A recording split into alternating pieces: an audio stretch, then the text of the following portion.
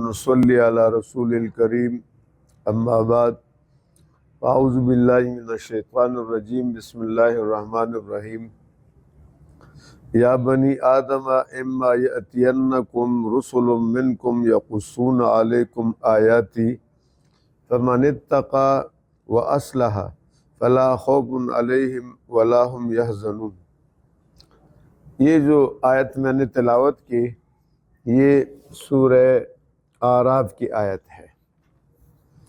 اس میں اللہ تعالیٰ تمام انسانیت کو خطاب کرتا ہے، یا بنی آدم، اے آدم کی اولاد، اما یأتینکم رسل منکم، جب آئے تمہارے پاس پیغمبر تم میں سے، یقصون علیکم آیاتی، جو تلاوت کرے بیان کرے تم پر میری آیات اور احکامات، فمن اتقى، پس جو آدمی ڈرا اور تقوی اختیار کیا، واصلح، اور اپنی اصلاح کر لی، گناہوں سے پاک ہو گیا، کفر و شرک سے پاک ہو گیا، فلا خوف علیہم، تو قیامت کے دن اس پر کوئی خوف نہیں ہوگا، ولا هم یحزنون، اور نہ وہ غمگین ہوں گے۔ قادیانی اس آیت کو سامنے رکھ کر ایک من گھڑت قاعدہ نکالتے ہیں۔ قادیانی کہتے ہیں کہ اس آیت میں، جبکہ ہمارے قرآن میں اللہ نے نازل کیے حضرت محمد صلی اللہ علیہ وسلم پر، توجہ ہے، تو وہ کہتے ہیں کہ دیکھو اس میں یا بنی آدم کا ذکر ہے کہ پوری انسانیت کو خطاب ہے، اور اس میں اللہ فرما رہا ہے کہ یأتینکم رسل منکم، تمہارے پاس آئیں گے پیغمبر، رسول کی جمع ہے، بہت سارے پیغمبر آئیں گے، اور تم میں سے ہوں گے جو تمہیں ہماری آیات تلاوت کریں گے۔ تو قادیانی کہتے ہیں یہاں تو پیغمبروں کی آمد کا ذکر ہے، توجہ ہے نہیں، یہاں تو کیا ہے، کیا رسول، اگر ایک رسول کا بھی ذکر ہوتا تو گنجائش ہے ان کے بقول، اور یہاں تو رسول ہے، جمع ہے کہ بہت سارے رسول آئیں گے تمہارے پاس، تو لہٰذا اگر مرزا غلام قادیانی نبی آیا پیغمبر تو اس آیت کی مصداق ہے۔ آپ سمجھ گئے بات کو؟ تو ایک جواب تو ہے کہ تمہارا جو مرزا غلام قادیانی تھا اس نے کہا کہ خاتم النبی، نبوت کا سلسلہ بند ہوا، اب کوئی نبی نہیں آئے گا، تو یہاں پھر یہی فارمولہ ادھر بھی چلا لے کہ غلام قادیانی کی بعد بھی پیغمبر آئیں گے۔ کیا خیال ہے؟ جبکہ وہ خود کہتا ہے کہ نہیں اور کوئی نہیں آئے گا، تو ایک تو یہ بات غلط ہوئی، ٹھیک ہو گیا۔ دوسری بات جو آپ، اس کے بہت جوابات ہیں، میں آپ کے حساب سے ایک جواب تو یہ دے دیا۔ دوسری یہ ہے، جبکہ ان کا اعتراض یہ ہے کہ آپ صلی اللہ علیہ وسلم کے بعد بھی بنی آدم ہے اور ان کو خطاب ہے، لہذا جب تک بنی آدم دنیا میں موجود ہے تو اس وقت تک نبوت کا سلسلہ جاری رہے گا۔ ہم نے بتا دیا کہ تمہارا غلام قادیانی کہتے ہیں کہ میرے بعد کوئی نہیں آئے گا، لہذا آپ کا اضافہ غلط ہوا۔ دوسرا، اصل میں اس آیت کریمہ سے قبل رکوع ہے، اس رکوع میں اللہ تعالیٰ نے 3 مرتبہ یا بنی آدم کہا۔ کیا کہا؟ یا بنی آدم، 3 مرتبہ۔ اب وہاں پر یا بنی آدم اس وقت کا خطاب ہے جب آدم علیہ السلام سے واقعہ ہوا سرزد، اور اللہ نے فرمایا اہبطو، یہاں سے اترو، جمیعاً سارے اترو۔ تو وہاں پھر اس میں آدم علیہ السلام کی ضمن میں جو ان کی اولاد دنیا میں آئے گی ان کو خطاب ہے یا بنی آدم۔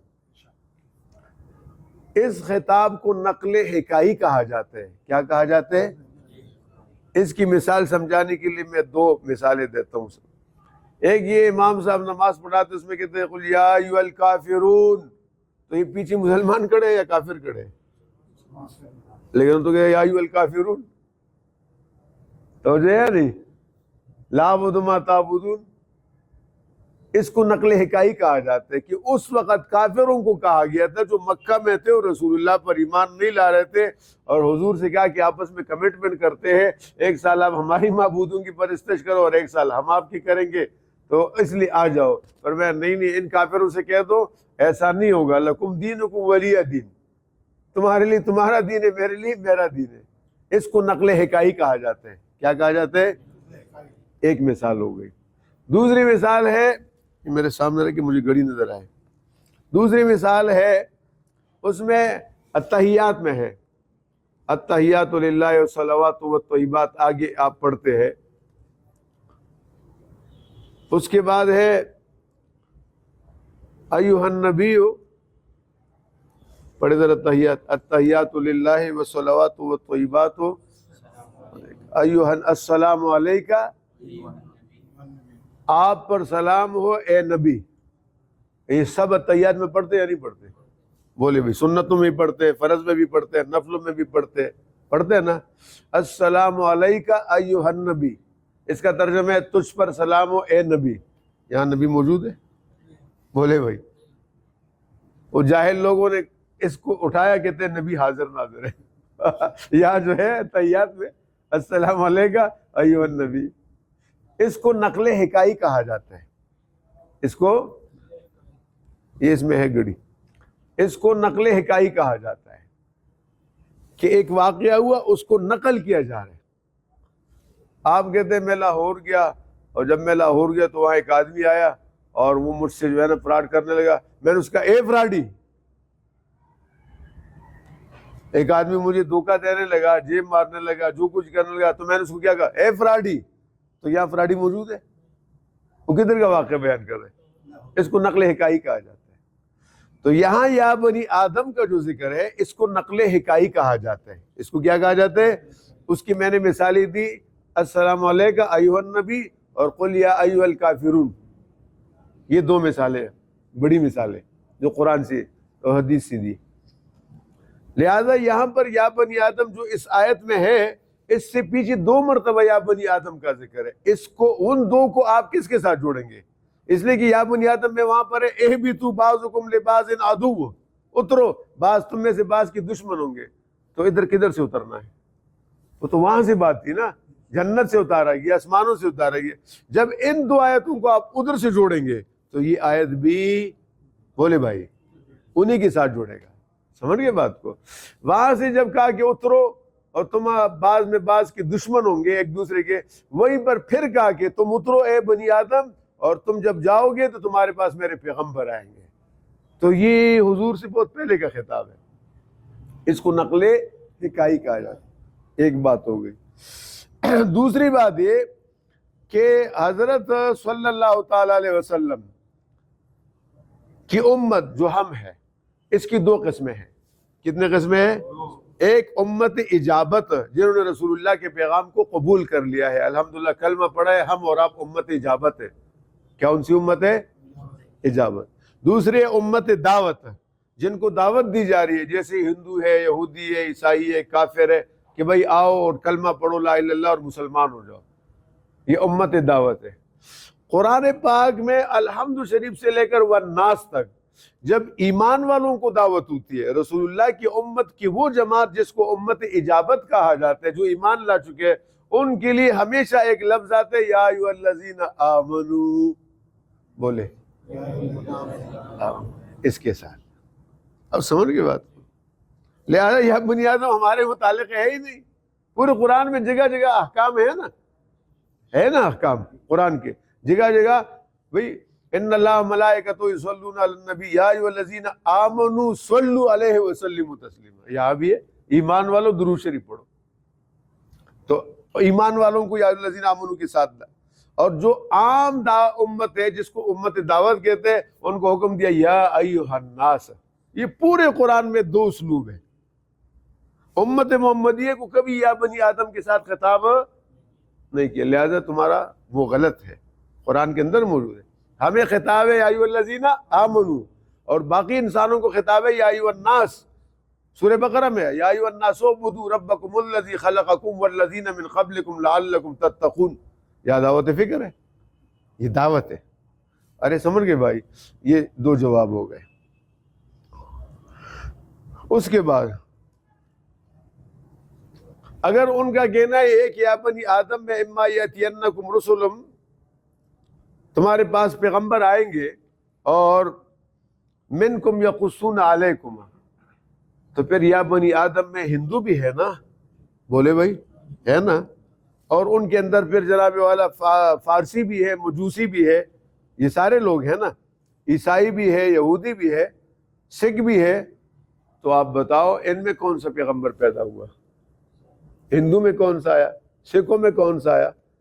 وہ جو رسول اللہ صلی اللہ علیہ وسلم سے پہلے موسیٰ علیہ السلام، عیسیٰ علیہ السلام آئے تھے، حضور کے بعد ان میں کون سا آیا؟ کوئی نہیں ہے، تو ان کا کون سا پیغمبر ہے پھر وہ بتا دو۔ اسی طرح یا بنی آدم میں صرف مردوں کو خطاب نہیں ہے، عورتوں کو بھی خطاب ہے۔ یا ایھا الذین آمنوا میں کیا ہے؟ عورت اور مرد دونوں کو خطاب ہے۔ یا ایھا الناس، یا ایھا الناس، اس کے اندر مرد اور عورت دونوں کو خطاب ہے، انسان اور جنات دونوں کو خطاب ہے۔ ٹھیک ہو گیا؟ تو پھر یہ اعتراض اٹھتا ہے کہ پھر یہ بتاؤ کہ عورت ہی کتنے پیغمبر آئے؟ یہ بھی تو ان کو بھی آنا چاہیے نا اس آیت کے تحت۔ لہٰذا اس آیت سے استدلال کرنا بالکل کیا ہے؟ غلط ہے، اور یہ باطل ہے۔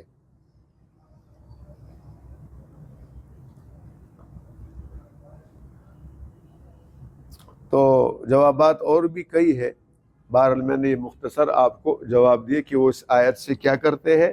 استدلال کرتے ہیں کہ یا بنی آدم اما یاتینکم رسل منکم یقصون علیکم۔ یہ جو آیت ہے اس کا مطلب یہ کہ اور نبی آئیں گے؟ نہیں، اس آیت کا تعلق، اس خطاب کا تعلق اس وقت تھا جب آدم علیہ السلام کو جنت سے نکال کر زمین پر اتارا جا رہا تھا۔ وہاں پر فرمایا، یہ پیچھے 2 مرتبہ یا بنی آدم ہے، وہاں پر فرمایا اہبطوا بعضکم لبعض عدو، تم ایک دوسرے کے ساتھ دشمنی بھی کرو گے، اور یہ بھی بتایا کہ پیغمبر بھی آئیں گے۔ تو لہٰذا وہ اس وقت کا خطاب مراد ہے، یہ ان کا کہنا یہ مغالطہ ہے۔ اور ہماری امت کو جب بھی اللہ خطاب کرتے قرآن میں تو یا ایھا الذین آمنوا کے ساتھ کرتے ہیں، اور جو دیگر کافروں کو خطاب کرتے ہیں یا ایھا الناس کے ساتھ کرتا ہے۔ ہماری امت اجابت ہے، اور وہ امت دعوت ہے۔ اور تم تو خود کہتے ہو کہ قادیانی پر نبوت ختم ہوگی، پھر پیغمبر نہیں آئیں گے، تو یہاں تو پھر بہت سارے ہیں اور پھر سب قوموں میں آنا چاہیے۔ لہٰذا ان کا یہاں سے استدلال کرنا غلط ہے، غلط۔ اللہم صلی وسلم بارک علی سیدنا۔ یا کریم ان ساتھیوں کا بیٹھنا قبول فرما، انہیں اجر عظیم عطا فرما، ان کی پریشانیاں دور فرما، رسول اللہ صلی اللہ علیہ وسلم کی شفاعت ان کو اور ہم کو سب کو نصیب فرما۔ یا اللہ غیب سے ہماری سب کی مددگیری فرما۔ یا کریم اولاد کی خوشیاں نصیب فرما، ان کے اور ان میں گھروں میں کوئی بیمار ہے سب کو صحت عطا فرما۔ اور یا اللہ کریم ہمارے اس فیض کو جاری اور ساری فرما، یہ جو ہمارا درس ہے اس کو قبولیت عطا فرما، اور ہمیں اخلاص نصیب فرما۔ وصلی اللہ تعالی۔ پیر کو انشاءاللہ درس ہوگا۔